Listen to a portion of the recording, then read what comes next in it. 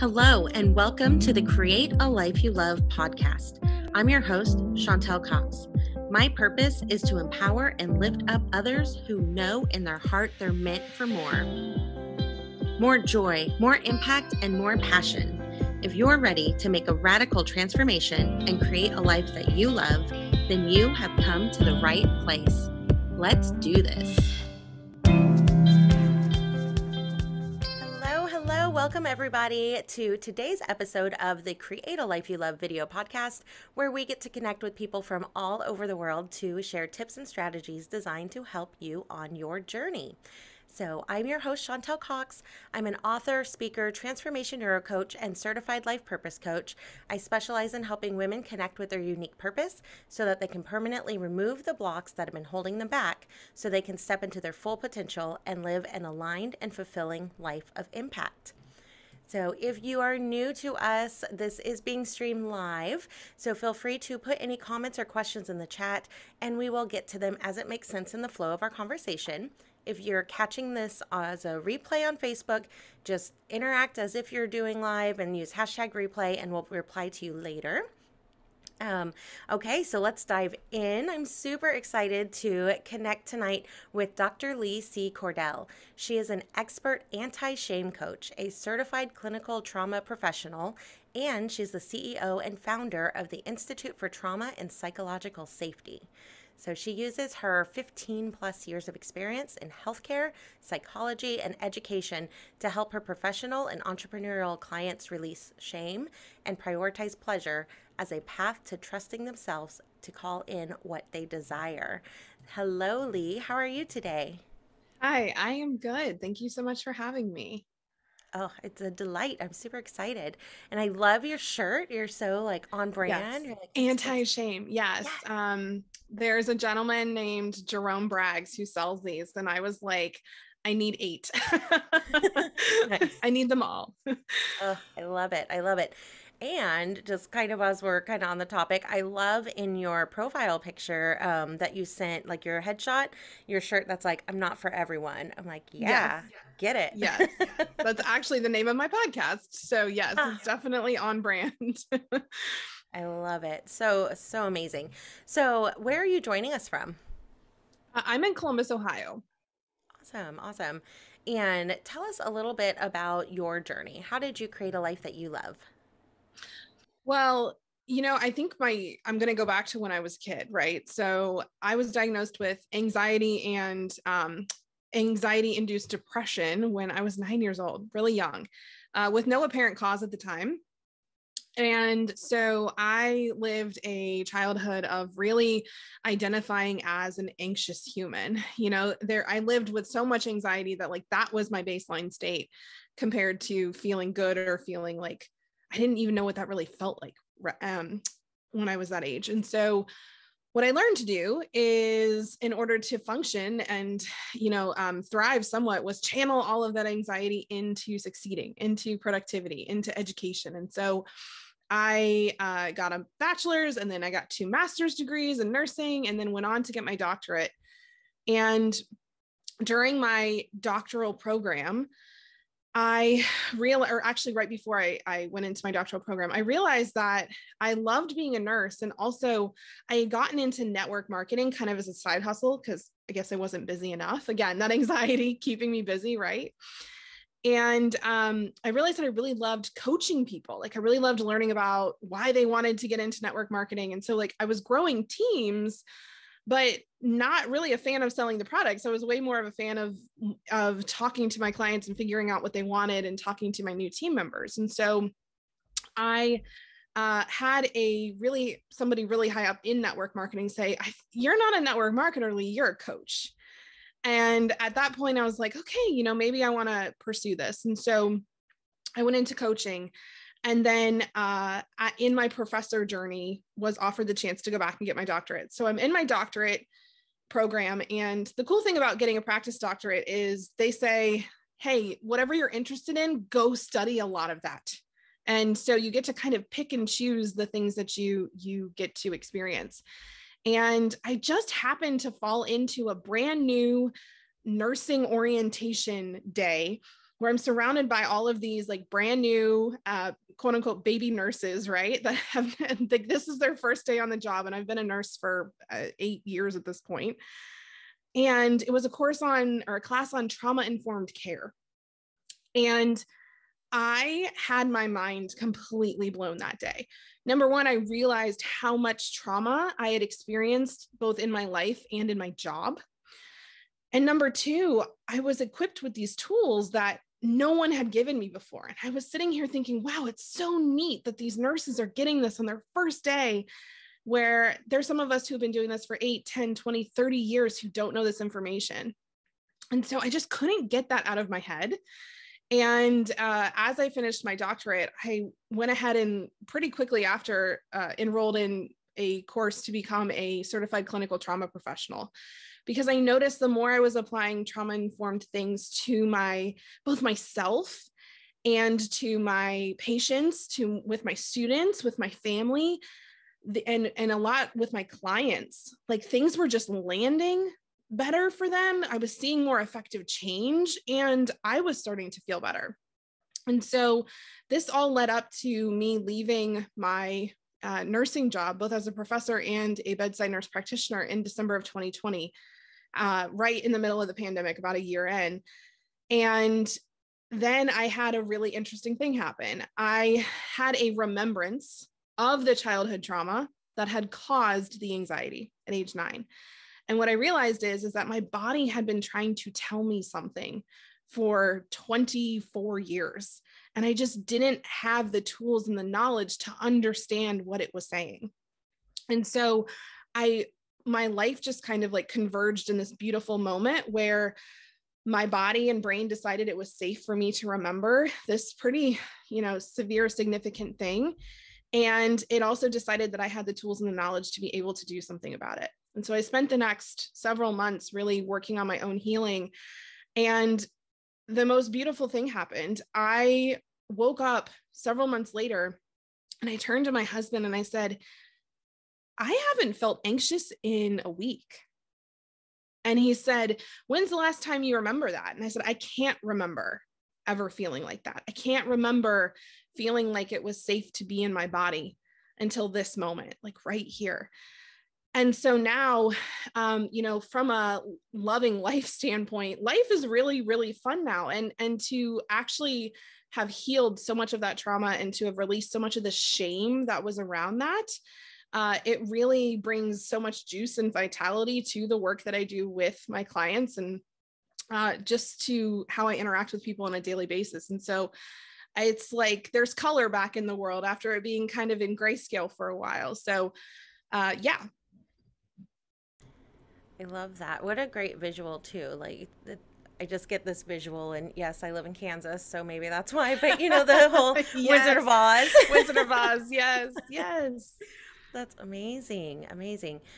And yeah, there's so much in there. And I identify and resonate. And so I know other people watching and listening are too, with the, like you, I've got a bachelor and 2 masters, and I've started this business, and I'm looking at doctorate programs, and I wrote a book, and it's just like this constant need for what's next and how am I gonna improve myself and prove myself, and just the constant. So that, what an amazing story. And so yeah. So now that you have had this amazing journey and you are leaning into coaching and you're coaching people and you've got a podcast too, and so how are you out there helping other people create a life that they love? So my coaching journey started in 2019. And when I had this trauma remembrance, I spent a solid 3 months working through with a trauma-informed therapist doing something called EMDR, which is eye movement desensitization and reprocessing. It's a really effective trauma therapy when you compare it to like traditional talk therapy. So I spent 3 months doing that. And at the end of it, I was like, I think I'm meant to actually teach people this, because I spent the last 10 years getting really clear on how the human body works. I taught pathophysiology, which is how the body doesn't work or how it breaks down or starts working abnormally. And I taught a physical assessment course where you understand how the body connects with itself. And I said, okay, so I've got that experience, and I've been a graduate level professor, and I've been an entrepreneur, and I've ran group coaching programs, and I've done all these things. And I remember driving with my husband, and I was like, I feel like I'm supposed to be doing something with this. And I've been thinking about this for like 2 or 3 weeks. I know I'm supposed to pivot my business. What am I supposed to do? And I was so frustrated. And I was like, you know what? The idea is going to come to me when it comes to me. And I kid you not, like that surrender moment, maybe 15 seconds later, I was like, oh, I know what it is. He was like, okay, that was fast. I said, the reason this has been feeling unsure is because I keep making it about me. And I said, but what if I started an institute? What if I started the Institute for Trauma and Psychological Safety and created a place where people could come and get education and coaching and connection with other humans who are interested in trauma-informed relating, right? And so he parked the car and I ran in the house and I came back downstairs 20 minutes later and I was like, okay, I've registered the LLC. I emailed the banker to open the bank account and I trademarked the name. And he was like, okay. So that was in September of last year. And honestly, the last 6 months have been, they've been a whirlwind, but they've been the most magical aligned it's been the most magical aligned experience that I've ever had, because honestly, we announced on day one and we had a wait list by the end of the week for the people who were going to be taking our certifications. And so we now teach, we have self-study courses, we have short live courses, we have our podcast, we have our certification for people, or certificate program for people who just really want to learn more about this. And then we have a teacher training where we actually teach people to the techniques and the strategies that we use, myself and the support team, as coaches and as teachers, so that they can go out into the world and spread the message so that we're not doing it alone. And so it's kind of taken on a life of its own. And it feels really good to create something that's not based on a personal brand, that's based on a mission and a vision that lots of people hold. Absolutely. And I just dropped your website, institutefortrauma.com, in the chat. Is that where, Yeah. as people are listening and they're like, where do I go for this? Yes, institutefortrauma.com. And our mission is, talking about creating a life you love. Our mission is to help people create safer, healthier, and more mutually beneficial relationships, both with themselves and with other people. We really believe that starting with the self is huge. When you go through our certifications, we teach you the foundations of trauma-informed, psychologically safe practices. And then we move into how do you apply those to yourself and to your own life before we talk about how you do anything else with someone else. And it's really fascinating. We're in our first round now. We're about 3 months in. And it's been really cool to see people like having all of these light bulb moments of, oh my gosh, I didn't realize that's why I do this. Or wow, okay, now I understand what to do here. And it's it's been really cool to watch people already start to change and apply things just in this short amount of time, and see big differences in their relationships with their partners, with their kids, in their work, and how they're treating themselves. Wow. And so you experienced this firsthand, and then you Mm-hmm. were like, I've got to share this so more people can experience this, and then they can go out and help other people with it. Yes. Yeah. That's amazing. Um, yeah. I realized that like teaching other people, empowering other people with knowledge, like that's really what I feel like is my purpose on this earth. And that has to be a part of my life for me to create a life that I love. And so this is the perfect way to do that. Absolutely. And that's like the foundation of this whole group and this podcast. And I'll be announcing later for everybody who's listening what season 4 is going to look like. But it is like, this is a perfect like preview. We'll have to have you Oh, come good. back. Amazing.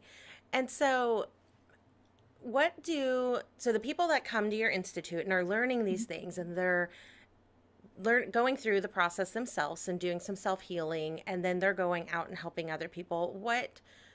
In what types of ways are they helping? Are these other coaches? Are these teachers? Yeah, so we have healthcare practitioners, we have entrepreneurs that are service providers and are retail or more product based. We have educators, teachers, we have childcare providers, a lot of caring professionals, whether they're working for themselves or working for somebody else.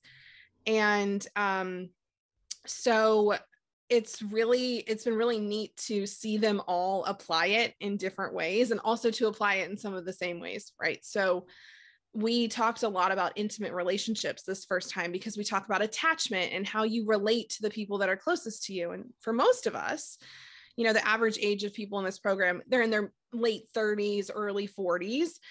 For most of us, our primary attachment is with an intimate partner at this point. And so a lot of them are just sharing experiences of like, I had a conversation with my partner last night and I didn't get triggered, or I got triggered, but then I was able to like have awareness and calm my body back down and really listen to what they were saying. And so people are applying it to their work where they're practicing what we call attunement. That's one of the core skills we teach, which is attunement means that you have my undivided attention and you have my unconditional acceptance.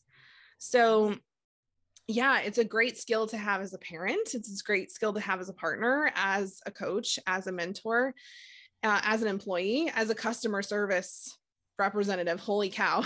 When you have people come to you very triggered or very upset that something didn't go well, to be able to meet that person with acceptance and attention can radically change that entire situation and have that person leaving feeling seen and heard, and also you protecting the company. So yeah, they're applying it in a lot of different ways and a lot of unexpected ways too, which has been fun to see. Yes, that's amazing.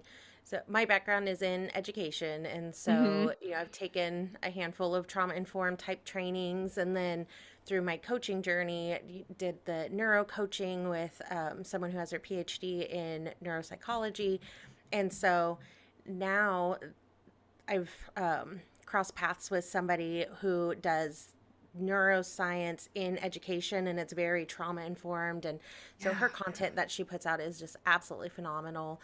So it's so exciting to see that the science is out there and it's not just being studied behind closed doors. It is getting out there and impacting people in all walks of life, and then the ways that it's being used is just, I'm excited to see where we're at like 2 years from now, 5 years from now, 10 Oh years from yeah. now. Like, this could really make a huge difference in our culture, society, world, globalization as a whole. Like, I yeah. agree. And I think that most people who study trauma informed care or trauma informed practices and are coming at it from the scientific perspective also understand the idea of abundance versus scarcity. And so I get super stoked when I see someone else teaching exactly what I teach, or something very similar to what I teach, because it's like, oh good, they're going to help get the message out even more.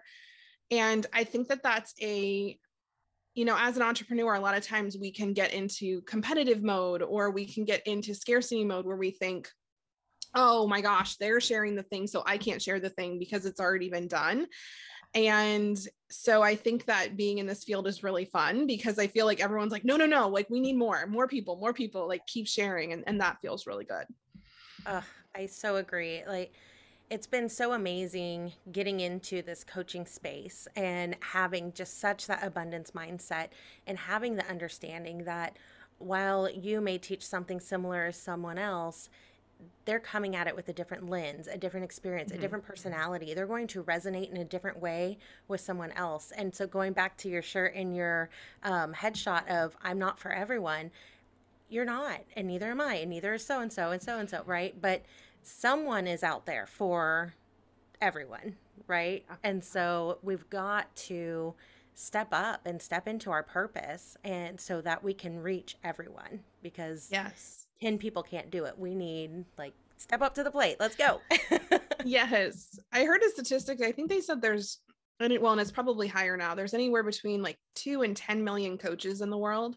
There's 8 billion people. Yeah. And I was just sitting there thinking, of course, I'm going to forget the math now, but it's something like we each get 10,000 or 100 like we each get at minimum 10,000 humans. Wow. If we all were to like divide them up equally, right? And it's like, oh, if you told me on my deathbed that I impacted the lives of 10,000 humans, great, where do I sign, right? Yeah. I mean, No so kidding. it's this, yeah, it's this idea that we all have, there's plenty of room. There's Mhm. plenty of room for us to all do this. And you're right, we're all going to bring our own flavor and our own experiences and our own way of relating to the table. And then people get to just decide who who they're going to sit with. And that's fine. Right. And oh, by the way, of those, all those people, I'm not good at the numbers, so I don't remember how many people you said there were, but I'm one person. And how many coaches have I had on my short journey so far Yes. in my world of investing in myself and hiring a coach so I can actually not remain stuck where I've been for 30 years, right? Yeah. So all those people are throughout their journey going to need somebody different for something different. Yeah. I completely agree. I think I have three coaches right now. So, Yeah. I mean, I have a grief coach, and then I have a business coach, and then I have a relationship coach. And it's like they all have different things that they offer. And my kids have separate coaches too, right? For sports and things. And you're right. You need different coaches for different seasons and different reasons. And the idea that I think that's also helpful to remember when you're getting clients too, is like they might stay with you for a little while or they might stay with you for a really long time. And both of those are natural and normal. Yeah. Just, yeah. I always say, serve the hell out of them. Like, just however long they're in front of you for whatever reason, whether it's free or paid or whatever, just show up and give it your all. I love it. So, for the people that are listening, maybe they're in the coaching space, maybe they're not. What are maybe some tips that they could do? Where let me remind myself what our it's how to stop letting your painful past dictate your future. And so Yeah. you've done so much work to do that, and you're helping other people do that, and they're going out and helping other people do that. But maybe somebody that's just hearing this type of stuff for the first time or 10, what are Sure. some tips for them? Yeah. I really like to start with, if you can become aware of what you've learned in the past, what your nervous system has determined as threatening or dangerous in your past, how your nervous system pulls that into the present moment, that is going to change about 90% of the mistakes you make or the things that you say that later on you go, oh, I wish I hadn't said that. Or the people that you walk out on and then later you're like, maybe I was a little too hasty. So learning our trauma responses is a beautiful way for us to move out of intentionality and calmness and groundedness instead of urgency. And so, as somebody who used to literally save people's lives for a living, like I got called in when we had 5 minutes between this person being alive and this person not. So I say, 99.999% of what happens in life is not an emergency, but our nervous systems don't know that. Our nervous systems they were designed a very long time ago. And while our brains have evolved in this beautiful way to give us what we call the prefrontal cortex, or the human brain, the thinking brain, our brains have this ability to think about their own thinking. What a lot of people don't realize is we still have this very rudimentary security system that we refer to as the reptilian brain, that really looks for danger and threat, and it's not really good at picking up on nuance. So this was helpful back in caveman days or cave person days, right? When we had very few threats on a daily basis and they were relatively consistent, right? We had threats from other tribes or other communities. We had threats from wild animals. We had threats from hunger and starvation, but a lot of them were we knew what those were, right? Compared to today, Like there are a lot of threats, especially just even thinking about our current society and our current geopolitical climate right now. There are a lot of things that feel threatening to our nervous systems that aren't necessarily going to hurt us or kill us in the moment. And so as humans, we have four main responses to things that scare us. We will either fight if we feel bigger, stronger, or like we can overpower the threat in front of us, whether it's a person, place, or thing. We will flee or participate in flight, which is if we feel like we're faster or we can run longer, we will run away. We will escape the situation. We will fawn, meaning we will try to convince the thing in front of us that we aren't something that it needs to threaten. Or we'll freeze, which is essentially us playing dead. It's our body going, okay, I can't get out of this, so I'm going to just pump a lot of really good feel-good chemicals and paralyze us so we can just, whatever happens, happens. And when you think about this from a cave person perspective, a bear waltzing into your like fire circle, right? Those things are very helpful to be able to fight the bear off, to be able to run away from the bear. You can't usually fawn with a bear, but you might be able to trick it, right? Or to freeze and hope that the bear doesn't want to eat something that it thinks is already dead.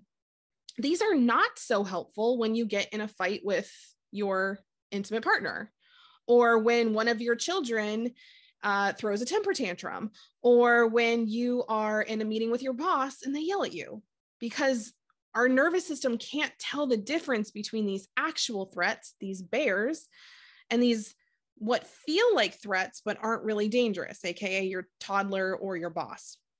And so if you can become aware of where your body, when and where your body gets activated, when you feel that rush of adrenaline, when you feel that tunnel vision happen, when you feel, for lack of a better term, #triggered, right? Most people can tell me when I say, what do you feel like when you're triggered? Like when somebody pushes one of your buttons, right? They can tell me that physiological response that happens in their body. So if you can start to notice those times and you can figure out which energy you're going into. So if I'm going into fight, if I'm going into flight, if I'm going into fawn, if I'm going into freeze, the first thing we do is we calm our body back down. So at the Institute, we have something that we teach called the 10-second protocol, which is we tense our entire body up for 5 seconds, and then we relax our entire body for 5 seconds. And it's a way to let the tension out. I have some clients who do deep breathing. I have some clients who'll do a little bit of meditation, but just taking 20 to 60 seconds to get the tension out of your body so that your thinking brain, your human brain, can come back online. Because when we get threatened, when we feel triggered, the blood flow actually dumps out of that top part of our brain and fuels the security system and fuels your arms and your legs so that you can be ready to punch somebody or to run away. So recognizing that you need the awareness to become calm. And then we do something called the opposite action. So if my husband says something that frustrates me and my normal response would be to go in fight mode, I'm going to calm down. I'm going to re-regulate. I'm going to feel my heart slow down. I'm going to feel my breathing deepen. I'm going to feel the adrenaline leave my body. And then instead of fighting with him, I'm going to relate to him gently. So I'm going to say, hey, that thing you just said there, my brain is telling me a whole story about what that means, right?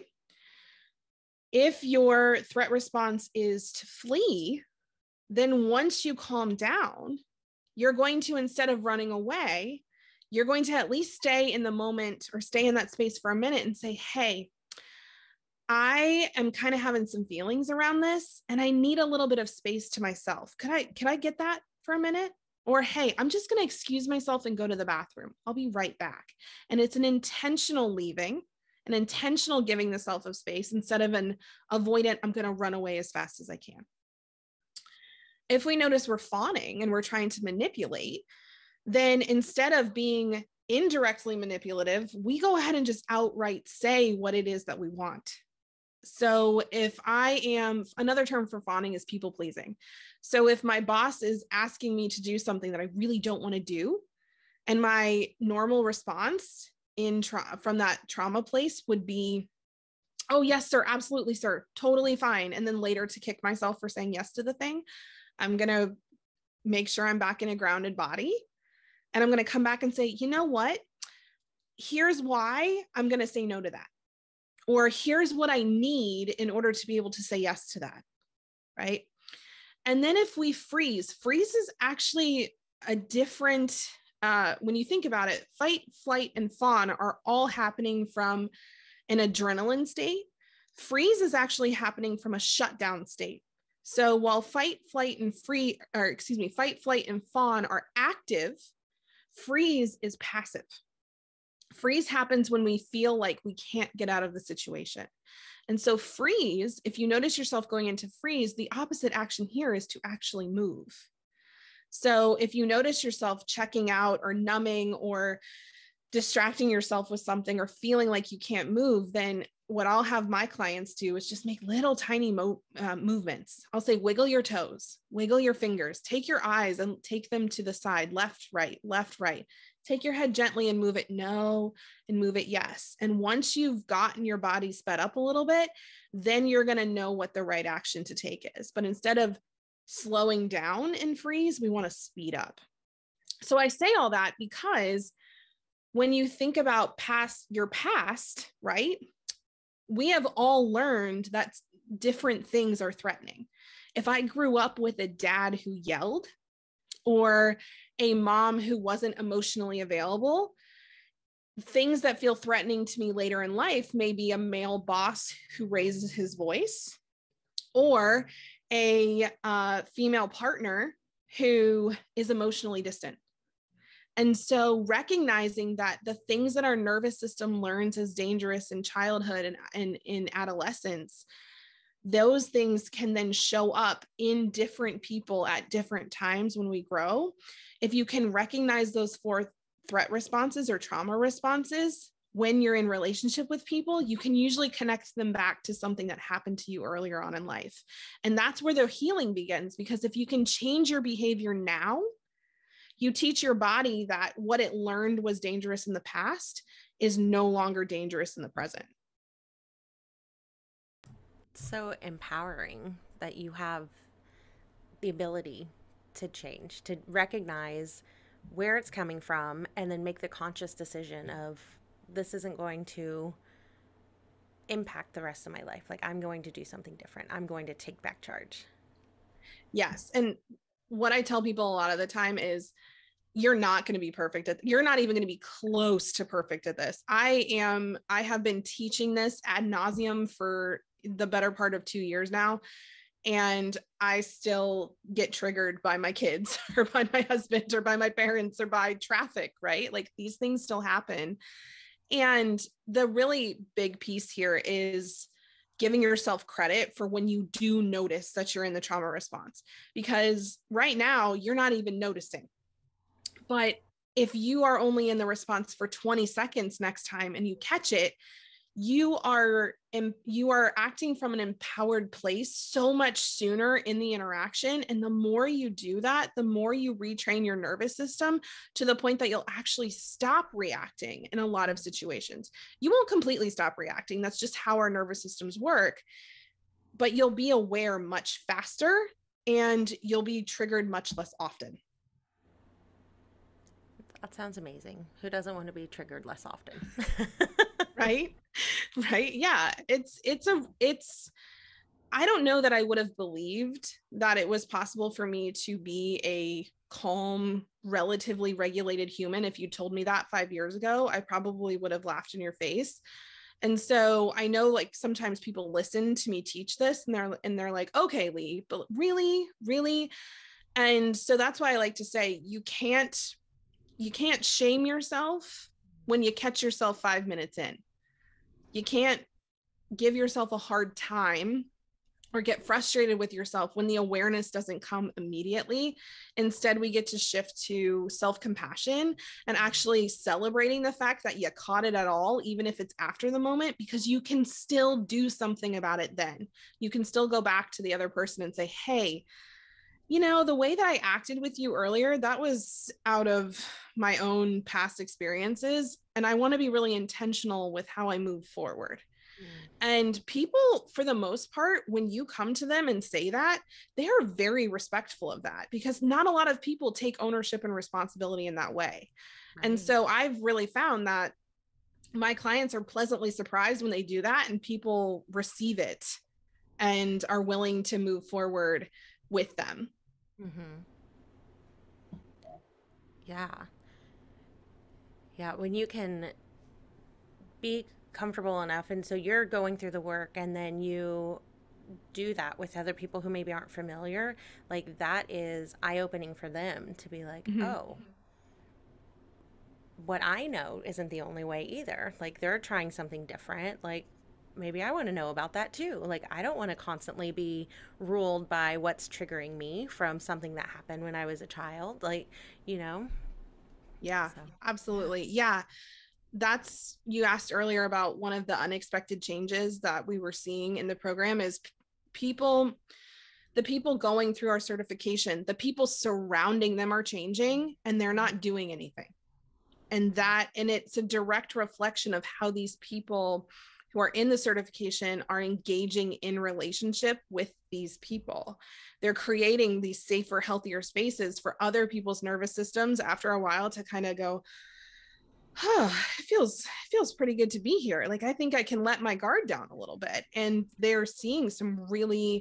uh, they're seeing some struggles or disagreements that have been there for a really long time starting to dissolve, and seeing partners being more loving and affectionate, and it's really neat. Like it's just such a joy to be able to watch that. That is amazing. And it's impacting every area of their life and the people around them.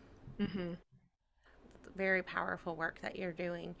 And so, if people are interested, can you just speak very briefly and then about what the certification maybe looks like so that Yeah. then they can click the link and get more information?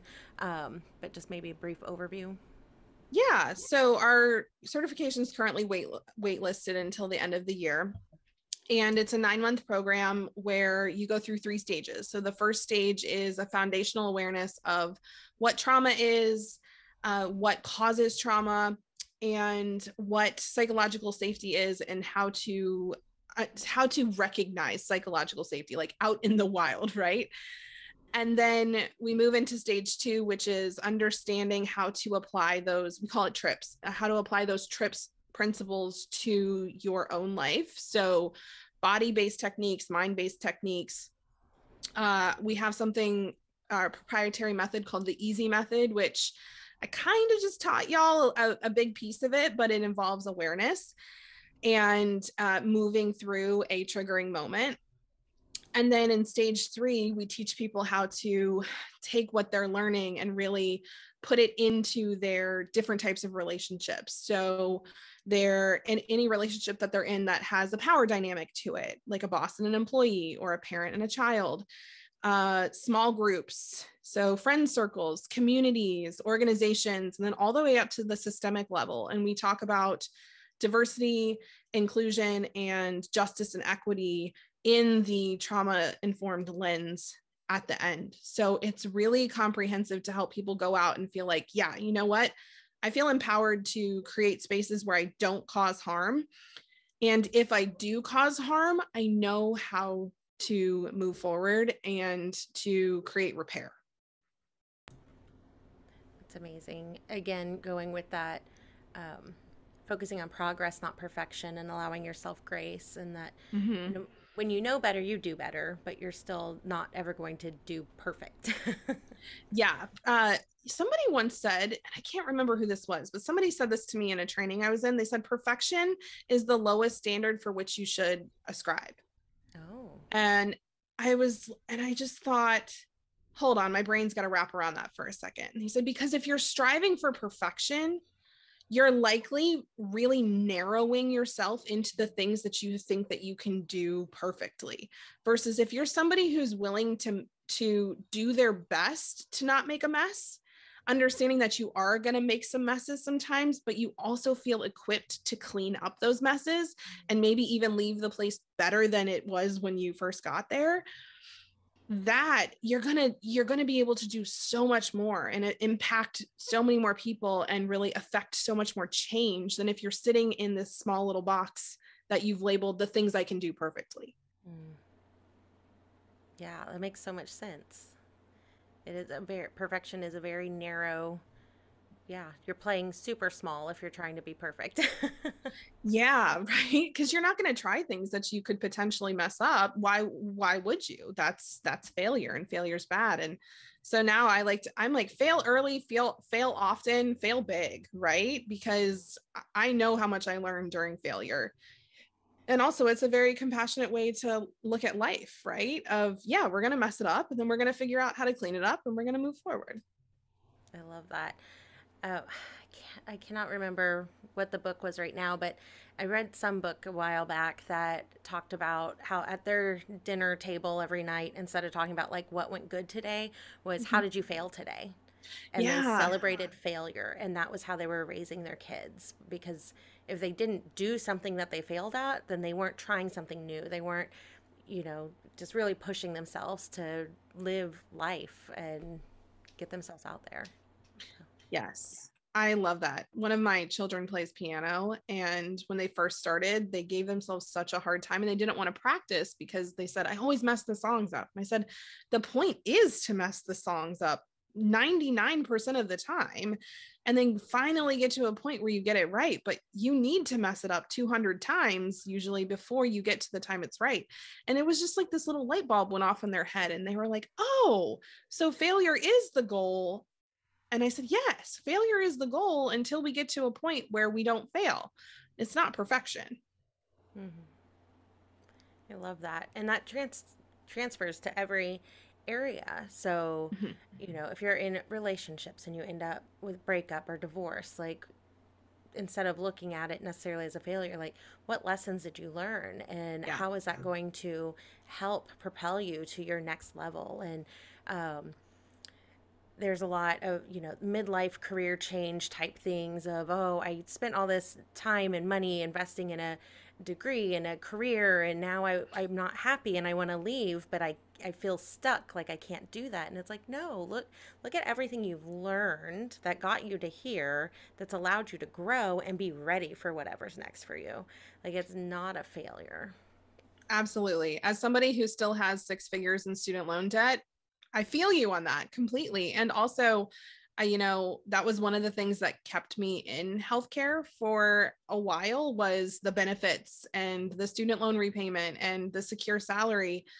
And what I realized is that, I can create security for myself, and I can build a business where one day I'm going to be able to pay off those student loans way faster than I ever could working somewhere for 10, 20 plus years. And so I think that it's a lot of the things that we're taught traditionally from society of this is the way that you do things.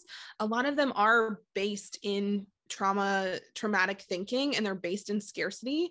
And so being able to learn to look at your life from a trauma informed lens also allows you to look at, okay, do I think that I'm going to be able to, start this venture or make this change? And do I believe in myself? Do I believe that I can create a new future that's not based in my past necessarily? Because if you can believe that, then like you can do anything. Yes. Oh, that's amazing. And so, for everybody that's listening and they're just like, Dr. Lee is my hero and I want to be her when I grow up, where can they connect with you at? So my social media team is working with me to get me more on the Instagram side. So I am there. It's Lee C. Cordell. It's really simple. But I mainly live on Facebook still. And so it's Lee C. Cordell. If you search Lee Cordell, you will get my husband, not me, because we both are named Lee Cordell. So mine has the C in the middle. That's funny. Mhm. That's not confusing at all. No. It's not confusing at all. Our youngest child, or excuse me, our oldest child also has the middle name Lee. We were smart enough to not make that their first name as well. That would have been very confusing. Oh my But and then I have a free Facebook group called Becoming Trauma Informed, Creating Safer, Shame-Free Spaces. And we have it's a really great group of humans. It's a very, I always say there's no truly safe space, but I will toot my own horn here and say that that's as safe as a space you're going to get on social media. I love that. And we all need a space to show up as we are and just Mhm. be able to grow, be able to have those failures without the judgment. Um, Yes. yeah, I love that. So I did join today. Thanks for approving I me. saw that. Thank you. Yeah, it's fun. We talk about like we talk about sex, we talk about money, we talk about body image, we talk about all the things that honestly I never knew that I would be talking about publicly because of my own shame. And now it's like, you know what? I'm going to model it because we get to have these conversations in a shame-free way. So it's a fun place to be. I love it. I love it. So the institutefortrauma.com and the Facebook group is in the chat if you're with us live. And then I will get everything in the replay notes and the show notes shortly after we wrap up. Uh, so definitely go check those out. And then you had mentioned in your group there's a quiz. Yeah, we have a quiz that if you are somebody who is curious if you're showing up in a trauma informed way, you may have never heard that term, or it may be a term that you've heard, but you're like, I'm not really sure what it means. We have a quiz that helps you determine if you actually are showing up that way, both towards yourself and in your work. And so that is pinned in the group if you would like to take that. That's awesome. And just because I'm in education, I know there's a lot of other educators that kind of tune in from time to time. So I think I know at least that field of people will be very interested in that. And then, what is the name of your podcast? I'm not for everyone. Not for everyone. Okay. Yes. So we'll get that linked too. And so everybody go connect with Lee and keep learning and becoming more and more trauma informed. And then I love to ask everybody, all my guests, if they have any daily non negotiables. I love this question. So I was sitting here going, do I have any daily non-negotiables? You know, for me, one of the daily non-negotiables is to give myself grace. Mm, So I find that I am a way more, not that productivity is the goal necessarily, right? But I do run two businesses. Productivity is helpful when you do things like that, especially as a mom and a wife and all the things. And so the more grace I give myself, the more I am able to fully show up in the way that I desire. And so that's a big one, is anytime I really notice that I'm being hard on myself, a non-negotiable is to immediately go to how would I be talking to myself right now if I was my best friend or if I was my child, instead of the way that I'm talking to myself. And then one of the other ones is water. I actually talk to my clients a lot about this, you know, from an emotional regulation standpoint. A lot of times they'll message me or they'll come to a call and they'll be emotionally dysregulated, and I'll say, "Are you hungry? Are you tired? And are you thirsty?" And the one of the very first questions is like, "How much water have you drank today or mm, drank this week?" If they pause to think about that, I'm like, go get one. Let's have one during the call. And it's so fascinating to me how much water helps regulate emotion. yeah, it's so true.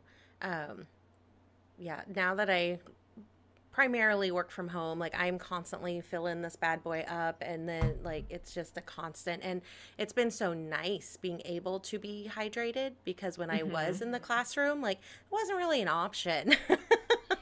Yeah, you're right. It's almost a guilty pleasure to be able to drink 100 ounces of water a day, because as a nurse practitioner working 20-hour shifts and maybe getting like 2 bottles in, Yeah. because you can't go to the bathroom if you're trying to help somebody stay alive, right? So I agree with you that, and it's also, can we just celebrate the fact that we're now in careers where we can listen to our body's needs and also use the bathroom and take bio breaks? Like, whenever we need them. That is a life I love. I just have to say that. Yes, 100%. And when the weather cooperates, I still might eat at my desk so that I can work, but I get to do like a 30-minute walk. So I still take a lunch break, which I never got when I was in the classroom. Like, lunch break, what's that? Yes. And Yes, it doesn't I happen love that. every day, but yes, definitely having a dream of what do I want? What would a life I love look like? And then putting things in place and making it happen. Um, it's very fun living on the colorful side of Oz. Yes, I love how you tied that in. Brava, that was beautiful. Oh, I love it. Okay. Well, this has been so much fun connecting with you. And anything else you want to share before we wrap up? I think I'm good. Awesome. I love it. Well, thank you everyone for joining us. Thank you, Dr. Lee, so much for being here and sharing with us. Definitely go check out her Facebook group and her website. Take that quiz if that's of interest to you. And all we ask is that if you got value out of this episode, please share it with someone else that you think would benefit from it. And if you feel so inclined, podcast reviews are always very much appreciated. And you can quickly and easily leave a review from any device by going to ratethispodcast.com/Khalil. That's CALYL for Create a Life You Love. And that is all we have for tonight. So thank you, everyone. Have a beautiful evening. Thank you for listening to the Create a Life You Love podcast. I would love to hear from you about your biggest takeaways. Share them with me on Facebook or Instagram at Create a Life You Love Coaching. If you love this podcast, be sure to subscribe, rate, and leave a review. It's very much appreciated. That's it for now. Enjoy the journey.